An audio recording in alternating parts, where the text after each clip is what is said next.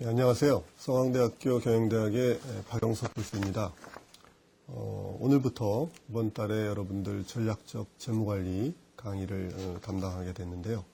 오늘 1차시 강의를 진행하기 전에 여러분들이 이번 달에 학습하실 전략적 재무관리의 기본적인 내용들에 대해서 강의 계획서를 기초로 해서 간단하게 설명을 드리고 그 다음에 1차시 강의로 들어가도록 하겠습니다.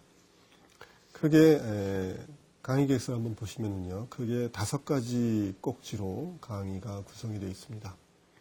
첫 번째 꼭지가 이제 재무관리의 기본 개념, 그래서 소위 이제 우리가 고등학교 수학을 하기 위해서는 그 수학에 필요한 덧셈, 뺄셈과 같은 그런 기본 산수에 해당하는 그런 개념을 이해를 한 다음에 수학에 들어가듯이 이 재무관리 이해에 필요한 기본 개념들을 4주차에 걸쳐서 학습을 하고요.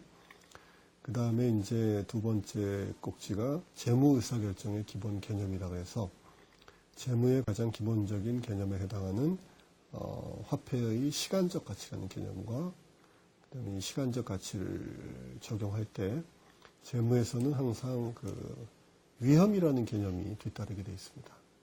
이것이 어떻게 보면 재무를 다른 경영학이나 경제학의 학문들과 구분짓게 하는 중요한 그런 어떤 기준이 될 텐데요. 위험을 어떻게 다루느냐라는 내용, 두 가지가 재무 의사결정의 하나의 그런 중요한 기둥에 해당하는 개념이 되겠습니다. 그래서 그 개념을 먼저 설명을 드리고 그걸 기초로 해서 세 번째 꼭지에서는 투자 평가안의 의사결정이라 그래서 과연 이 투자라고 하는 것은 규모가 굉장히 작은 것부터 기업을 M&A 하는 그런 투자까지 다양한 레벨에서 우리가 적용할 수 있는 개념이 되겠습니다. 그래서 이 투자를 하는 것이 과연 기업 가치에 긍정적인 효과가 있느냐, 아니면 기여를 못하느냐, 이런 걸 기준으로 해서 투자를 할 것이냐 말 것이냐 이런 걸 판단하는 중요한 내용이 되겠죠. 그래서 결국은 이 세 번째 꼭지는 재무상태 변동표의 왼쪽을, 그러니까 차변을 어떻게 구성할 것이냐라고 하는 그런 개념이 되겠습니다. 예를 들어서 A라는 프로젝트를 하게 되면 거기에 따라서 그 자산을 어떻게 구성하느냐가 연결되어서 결정이 되기 때문에 투자안에 대한 의사결정의 결과는 재무상태 변동표의 차변을 어떻게 구성하느냐라는 것으로 연결이 돼서 생각할 수가 있겠죠. 그 다음에 이제 네 번째 꼭지가 재무에서 아까 이제 위험이라는 게 존재한다라는 얘기를 했는데 그 위험을 어떻게 관리할 것이냐라는 게 또 굉장히 중요한 이슈 중에 하나입니다. 그래서 그 위험을 관리하는데 사용되는 다양한 도구들, 주로 이제 파생상품이라든가 보험이라든가 아니면 이렇게 푸일링을 해서 우리가 분산 투자를 하는 그런 개념이라든가 이런 것들을 소개하는 것이 네 번째 꼭지가 되겠고요. 마지막으로 이제 5번째 꼭지가 이 강의의 주제에 해당하는 전략적 재무관리에 해당하는 내용들이라고 할 수 있겠습니다. 그래서 EVA를 통한 가치창조 경영이라든가 M&A에 있어서의 기업가치 평가라든가 그다음에 자본 구조를 어떻게 가져갈 것이냐, 이 재무상태 변동표의 대변에 해당하는 이 오른쪽에 자기 자본과 타인 자본을 어떻게 가져갈 것이냐, 그다음에 배당 정책을 어떻게 사용할 것이냐, 이런 내용들이, 그다음에 금융공학을 활용한 경영 전략의 수행을 어떻게 할 것이냐, 이런 것들이 이제 마지막 모듈에서 제공이 되고 있습니다. 따라서 1번 모듈과 2번 모듈은 인프라에 해당하는 기본 개념이라고 생각하시면 되겠고요. 3번, 4번, 5번 모듈이 1, 2를 기초로 해서 재무적 의사결정에 해당하는 내용으로 대체적표의 재무상태 변동표의 왼쪽, 그 다음에 오른쪽에 해당하는 내용들을 어떻게 만들어 나갈 것이냐, 이런 것들이 전략적 재무관리 의사결정의 결과물로 나타난다라는 생각을 하시면 될 것 같습니다. 자, 그러면 이제 1주차에 해당하는 전략적 재무관리와 재무 시스템이라는 주제에 대해서 강의를 드리도록 하겠습니다. 이 내용은 어떻게 보면 재무의 그런 속에 해당하는 내용들이기 때문에 조금 어떤 분들은 이 내용 자체가 조금 지루하다라고 생각하실지는 모르겠습니다. 그런 분들은 빠르게 장표를 중심으로 해서 넘어가셔도 되겠고요. 또 재무라는 그런 영역에 대해서 낯선 분들은 재무의 전체적인 내용들이 어떤 것이다라는 걸 소개하고 있기 때문에 조금 시간을 들여서 강의를 잘 들으시면 뒷부분 내용을 이해하는 데 크게 도움이 될 거로 생각을 합니다. 자, 우선 재무라는 걸 영어로는 우리가 재무는 finance라고 표기를 합니다. finance라는 거를 우리말로 이제 재무라고 번역을 하는데, 재무를 한번 정의를 해보면은요, 재무는 부족한 자원을, 자, 항상 우리가 경제에서는 자원이 부족하다라고 하는 것을 전제로 하고 있습니다. 실제로 우리가 여행도 여러 군데 가고 싶고, 그 다음에 여러 가지 물건도 사고 싶은데, 예산이 안 돼서 그런 것들을 다 하지 못하는 게 바로 부족한 자원이라는 것을 대변하고 있는 현실입니다. 그래서 자원이 부족한 현실에서 또 재무의 정의를 할 때 빠지지 않는 개념 중에 하나가 여러 기간에 걸쳐서 여러 가지 현상이 나타난다는 것이 재무적 의사결정의 특징입니다. 예를 들어서 여러분이 주식을 산다, 혹은 채권에 투자를 한다라고 했을 때 지금 현재 일정 금액을 금융자산에 투자를 하면 그 대신 투자자에 따라서 기간은 다르겠습니다만은 미래의 특정 시점에 얼마를 회수를 하는 이런 투자가 이루어지겠죠. 그래서 재무적 의사결정은 예를 들어서 지금 현재 돈을 주어서 쌀과 고기를 얼마큼씩 살 것이냐라는 건 소비 의사결정은 현재 시점에 다 이루어지지만 재무적 의사결정은 여러 기간에 걸쳐서 현금 흐름이 발생한다는 것이 특징입니다. 따라서 재무는 부족한 자원을 여러 기간에 걸쳐서 어떻게 배분하는 것이 효율적인가에 대한 답을 제공하는 학문이다라는 얘기죠. 그러니까 우리가 개인의 재무관리 그러면 젊었을 때 좀 돈을 저축을 해서 노후를 대비한다라고 하는 것이 여기 지금 나와 있는 대로 부족한 자원을 젊었을 때와 노후에 걸쳐서 어떻게 배분하는 것이 내 인생 전체의 어떤 소비 생활을 통해서 만족감을 최대화할 수 있을 것이냐 하는 그런 의사결정에 대해서 개인 재무관리는 해답을 제공하고 있습니다. 기업도 마찬가지죠.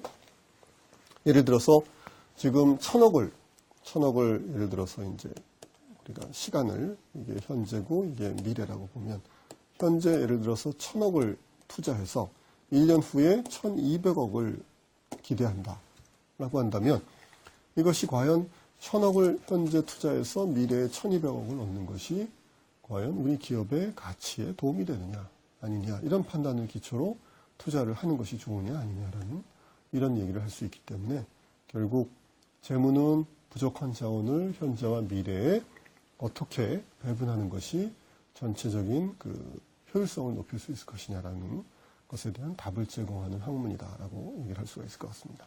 이거는 학문적 체계에서의 정의이기 때문에 사실 시음회에서 계시는 분들이 이런 것들을 학문적으로 정리해서 이해하실 필요는 없겠지만 기본적으로 여러분들이 개인적으로 혹은 기업 내에서 다양한 의사결정들, 재무적 의사결정들은 여러 기간에 걸친 현금 흐름의 어떤 배분을 결정하는 의사결정들이라는 것은 다음에 나오는 강의 내용들을 한번 보시면 다 동감하실 수 있는 내용이 될 것 같습니다.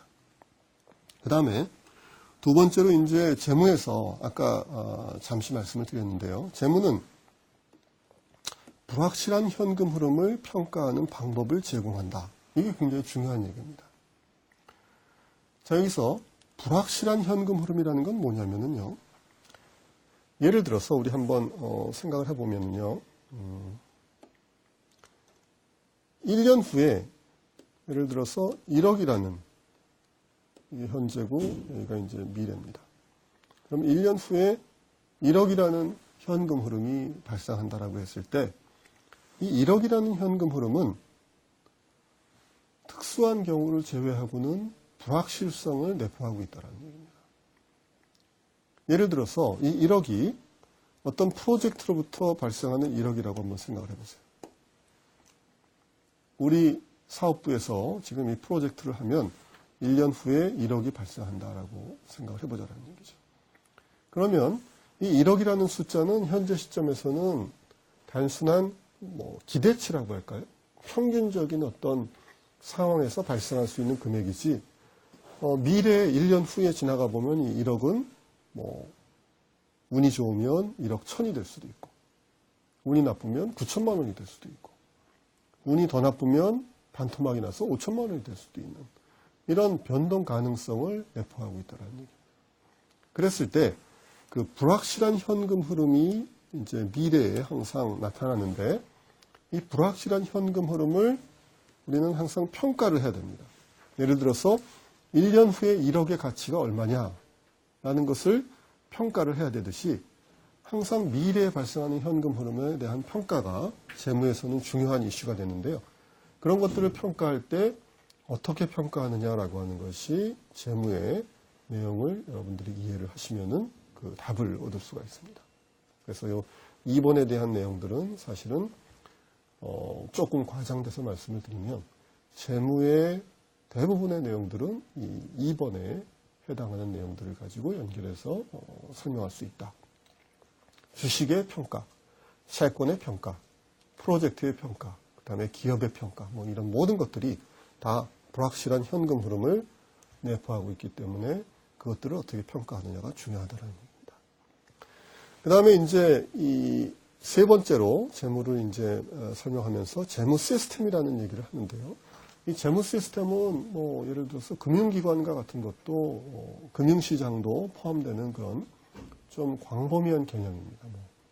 예를 들어서 재무적 계약이라든가, 그 다음에 금융기관이라든가, 금융시장이라든가, 이런 걸 통해서 의사결정을 하게 된다라고 하는 얘기니까, 기본적으로 재무적 의사결정을 하기 위해서는 재무 시스템을 이해하는 게 중요하다라는 얘기고요. 그 재무 시스템은 지금 여기 설명된 대로 재무적 계약과 자산과 위험의 교환에 이용되는 시장과 기관들의 조합으로 정의된다. 이것도 조금 추상적인 정의인데요. 단순히 얘기하면 그 금융시장과 금융기관들과 또 이 안에서의 다양한 재무적 계약들을 포함하는 개념이 재무적 시스템이다라고 이해를 하시면 될 것 같습니다. 자, 그러면 이제 재무관리를 이 그림을 가지고 설명을 하면 좀 더 잘 이해를 하실 수 있을 것 같아요. 자, 재무관리가 뭐냐? 그러면 크게 여기 나와 있는 대로 1, 2, 3, 4번에 해당하는 의사결정이 재무관리의 의사결정이다라는 것으로 이해를 하시면 됩니다. 자, 첫 번째는 시장과 금융기관을 통해서 자금을 조달하는 행위, 자금 조달. 예를 들어서 A라는 회사가 은행으로부터 1,000억 대출을 받았다. B라는 회사가 회사채 시장에서 1,000억의 회사채 발행을 통해서 자금을 조달했다. 이런 것이 1번 꼭지에 해당하는 내용이 되겠습니다. 자, 그러면 조달된 자금을 2번은 어디에다 투자할 것이냐라고 하는 투자를 얘기합니다. invest. 그렇죠?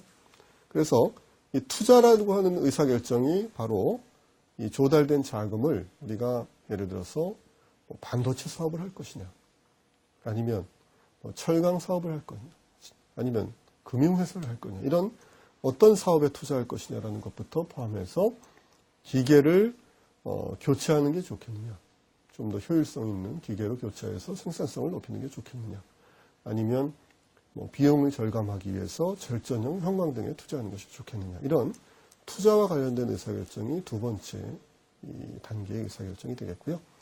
그 다음에 이제 3번에 해당하는 의사결정은 어떻게 보면 투자의 결과물이다라고 생각할 수 있겠죠. 우리가 지금 1,000억을 투자하면 미래에 여러 기간에 걸쳐서 얼마의 현금 흐름들이 발생한다라고 하는 게 이제 3번의 내용이 되겠고요.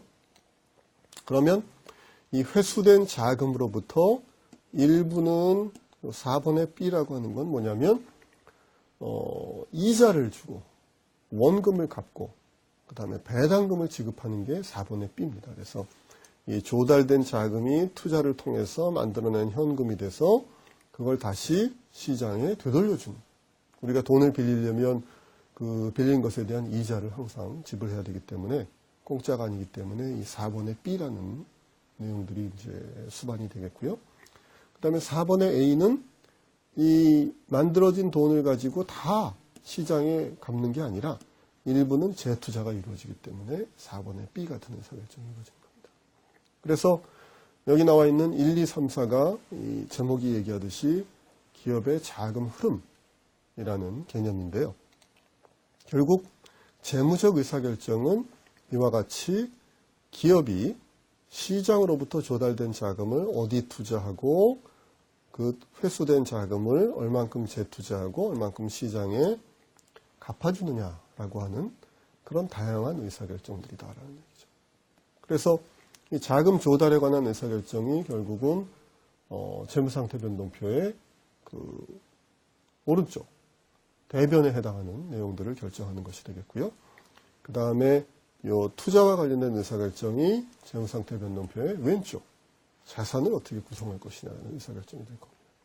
그 다음에 요 4번과 관련돼서는 뒤에 나오는 뭐 배당에 관련된 의사결정이라든가 이런 것들이 포함이 되어 있기 때문에 재무적 의사결정 그러면 1년에 시장으로부터 자금을 조달해서 투자를 해서 다시 재투자 혹은 시장에 갚는 그런 일련의 과정에 관한 의사결정이 재무적 의사결정이다라고 생각을 하면 될 것 같습니다.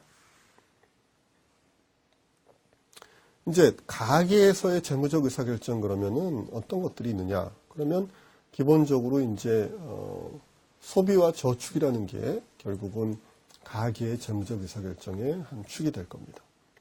우리가 지금 갖고 있는 부를 가지고 얼마를 소비에 사용하고 또 얼마를 미래를 위해서 대비할 것이냐라는 의사결정이 가계 부분의 주요한 재무적 의사결정이라고 할 수 있겠고요. 또 이제 자금 조달과 관련된 의사결정도 가계의 재무 의사결정 중에 있습니다. 예를 들어서 현재 부가 소비하고자 하는 수준보다 더 적다라고 한다면 그러면 이 모자라는 부분을 금융기관으로부터 차입을 하는 것들이 이제 가계 부분의 자금 조달에 관한 의사결정이 되겠고요. 그다음에 투자에 관한 의사결정은 반대죠. 현재의 부의 수준이 소비하는 금액보다 더 많으면 이 남는 부분을 미래의 소비를 위해서 투자하는 이런 의사결정이 또 가계 부분에서 이루어질 수 있을 것 같습니다. 그다음에 이제 위험관리라고 하는 것은 뭐 상대적으로 그 가계 부분에서는 일반 기업의 재무적 의사결정보다는 좀 중요성이 떨어진다라고 할 수 있겠지만 예를 들어서 현재와 같은 글로벌한 그런 시대에는 우리가 환율이라는 또 문제가 발생하지 않습니까? 그래서 예를 들어서 뭐 자녀가 유학을 간다거나 뭐 해외 여행을 한다거나 하는데 필요한 그 비용을 우리가 환율의 변동에 따라서 국내 원화 기준으로는 달라지는데 그런 것들을 어떤 수단을 통해서 환율 변동 위험을 관리할 것이냐. 또 이제 그 개인이 주택을 사기 위해서 금융기관으로부터 대출을 받는 모기지라고 하는 거죠. 모기지의 경우에 이제 금리를 변동금리로 할 것이냐, 고정금리로 할 것이냐, 뭐 이런 다양한 의사결정들이 결국 그 미래의 여러 가지 경제 변수들의 변화에 따라서 그 가계 부분에 어떤 현금 흐름에 영향을 미치기 때문에 그런 것들을 어떤 도구를 통해서 어떻게 관리할 것이냐라고 하는 게 위험 관리에 해당하는 내용이 되겠습니다. 자, 그러면 우리는 이제 가계 부분의 의사결정을 다루는 거는 생활재무관리 혹은 무슨 퍼스널 파이낸스 뭐 이런 그 교과목에서 다루는 내용이 되겠고요. 우리는 이제 기업을 대상으로 한 재무적 의사결정을 다루고 있기 때문에 기본적인 그 전략적 재무관리의 주체는 기업이다라고 할 수 있을 것 같습니다. 그러면 기업은 이제 우리가 여러분들 그 경제학을 배우신 분들은 이런 함수를 아마 기억을 하실 거예요. 이런 함수가 이제 그 경제학에서 얘기하는 그 생산 함수입니다. L은 노동을 얘기하는 거고요. K는 자본을 얘기하는 거고, Y는 생산물입니다. 그럼 여기서 이제 F라고 하는 게 바로 노동과 자본을 사용을 해서 얼마만한 생산물을 만들어낼 것이냐라는 생산 함수인데, 경제학에서는 단순하게 이렇게 F라는 함수로 기업을 표현을 하고 있습니다. 그러나 실제로 경영학에서는 이렇게 단순한 공식을 가지고 기업이라는 것을 표현하기에는 좀 너무 기업을 단순한 그런 경향이 있기 때문에 기본적으로 경영학에서는 그 F라는 것이 어떠한 체계를 가지고 이루어졌는지를 연구의 대상으로 삼고 있는 것이 경영학이기 때문에 경영학에서는 기업의 어떤 의사결정의 프로세스들을 좀 더 단순한 함수 형태가 아니라 좀 더 다이나믹한 그런 의사결정의 시스템으로 가정을 하고 접근을 하고 있습니다. 그래서 기업의 기능을 재화와 서비스를 생산하는 생산에 있다라고 하는 것은 뭐 경제학과 마찬가지지만 경영학에서는 그러한 그 내부적인 변수들 간의 관계라든가 프로세스에 좀 더 관심을 가지고 접근을 하고 있는 거죠. 자, 그러면 기업은 형태와 크기에 있어서 정말로 다양한 종류들이 있습니다. 예를 들어서 기업의 크기로 보면 뭐 삼성전자라든가 일본의 미쓰비시라든가 미국의 GM 등과 같은 정말 글로벌한 기업도 있고, 그 다음에 뭐 종업원이 2명인 뭐 소위 그 가계 기업도 있을 수 있고요. 또 중소기업이라고 해서 그 중간에 위치하는 기업들도 있고, 또 대기업 중에서도 삼성전자만은 못하지만 그래도 매출액 뭐 몇천억 혹은 뭐 몇 조 되는 이런 뭐 중견 기업들도 있을 수 있습니다. 그래서 기업은 그 종업원의 수라든가 그 다음에 주주들이 또 어떻게 구성되느냐에 따라서 다양한 형태와 다양한 유형들이 존재할 수 있다라는 얘기를 할 수 있겠고요. 그 다음에 기업의 이제 재무적 의사결정을 하기에 앞서 가장 먼저 이루어져야 되는 게 전략적 계획이라는 개념이 될 것 같습니다. 전략적 계획은 과연 우리가 어떤 사업을 할 것이냐라는 것이 먼저 결정이 돼야 되는 거죠. 그럼 그 사업을 둘러싸는 예를 들어서 어떤 고객을 대상으로 어떤 제품을 어떤 기술을 가지고 만들어낼 것이냐라고 하는 이 사업이 정의가 돼야지 거기에 맞는 재무적 의사결정이 수반이 된다라고 할 수 있을 것 같습니다. 따라서 먼저 어떤 사업을 할 것이냐라는 기본적인 전략적 계획이 먼저 선행이 돼야 된다라는 얘기가 성립이 되겠고요. 그 다음에 이제 기업의 재무적 의사결정에서 중요한 의사결정 중에 하나가 자본 예산이라는 의사결정입니다. 이 자본 예산은 영어를 좀 직접 번역해도 조금 말을 이해하는데 어려움이 있을지 모르겠는데요. 자본 예산은 캐피탈 버제팅이라는 그 영어를 그냥 우리말로 직접 번역을 하다 보니까 자본 예산 이렇게 되어 있습니다. 자, 여기서 버제팅이라는 거는 말 그대로 한정된 예산을 어떻게 배분할 것이냐라는 이런 의사결정이기 때문에 결국 캐피탈 버제팅이라고 하는 개념은 어디다 투자할 것이냐, 소위 영어로 표현하면 where to invest 라고 하는 개념이 되겠죠. 어디 투자할 것이냐라는 게 자본 의사결정에 해당하는 내용들입니다. 그래서 예를 들어서 공장이라든가 기계라든가 실험실이라든가 뭐 이런 설비 투자에 과연 투자하는 것이 우리가 앞에서 얘기하는 사업 계획을 달성하는 데 도움이 될 것이냐 아니냐 뭐 이런 것들을 의사결정하는 것들이 되겠죠. 그 다음에 뭐 거기에 대한 뭐 교육을 위한 투자라든가 계획도 실물에 대한 투자뿐만이 아니라 그 무형자산을 만들어내는 그런 투자들도 포함한 그런 의사결정이 자본예산 의사결정이다라고 할 수 있겠죠.